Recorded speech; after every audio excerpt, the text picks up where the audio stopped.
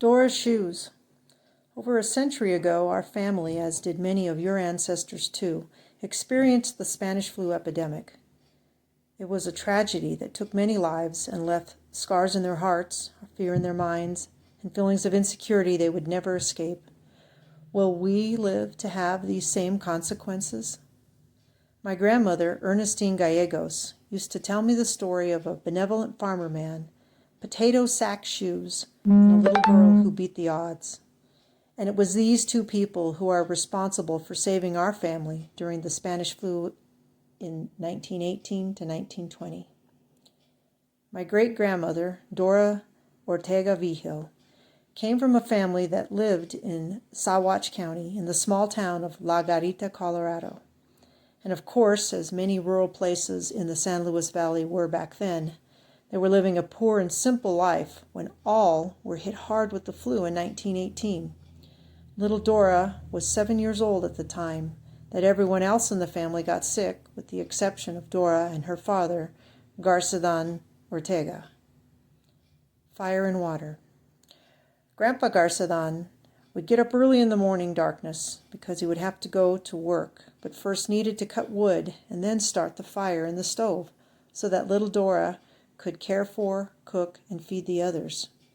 It was the same routine that she would do every day while her family was sick, and it started first with going out to the well to get water, plenty of water. She too awoke in the darkness, lit the candles and lanterns to check that all had survived the night. Just how does a 7-year-old handle this type of emotional burden each day, to check and see if her mother and siblings are yet alive? This gives insight to what an exceptional person Dora was at such a young age. She was mentally tough, she was a selfless giver, she was a survivor. At that time, Dora knew the greatest priority was to boil hot water and keep it going all day long for the cooking, the cleaning of dishes and clothes, and to place warm rags on the sick chests and bodies of her loved ones. She knew she had to prevent the spread of the illness for herself and father.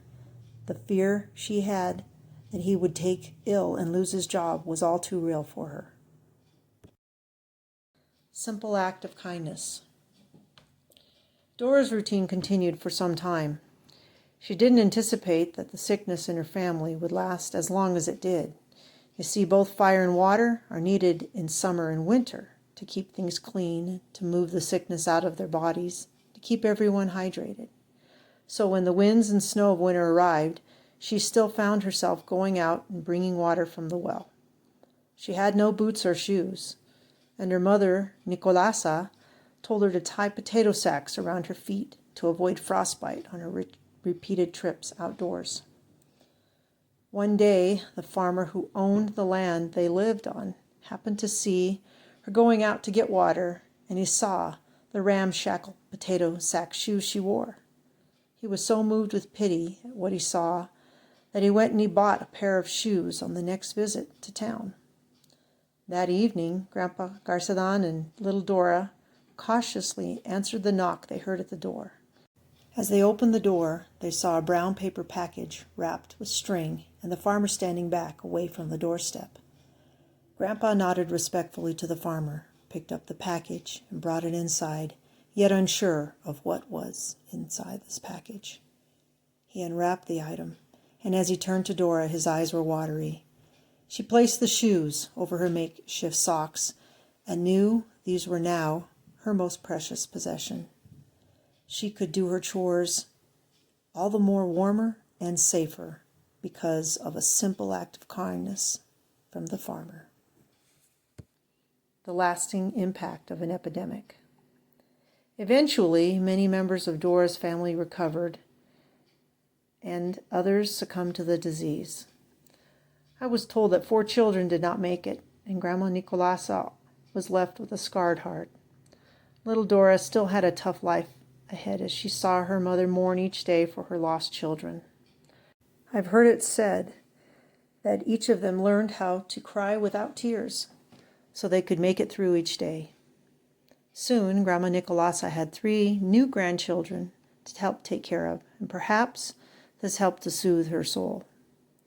Grandpa Garcelan saw that his family had never fully recovered mentally, emotionally, or financially from the aftermath of the Spanish flu.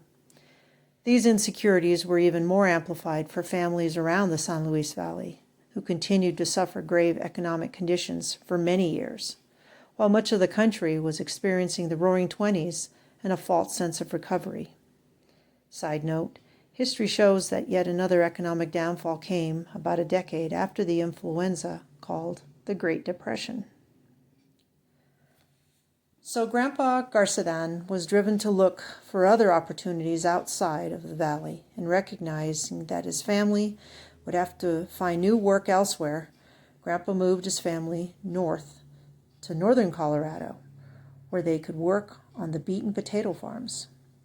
My grandma, Tina Vigil Gallegos, was born in Platteville, Colorado in 1928.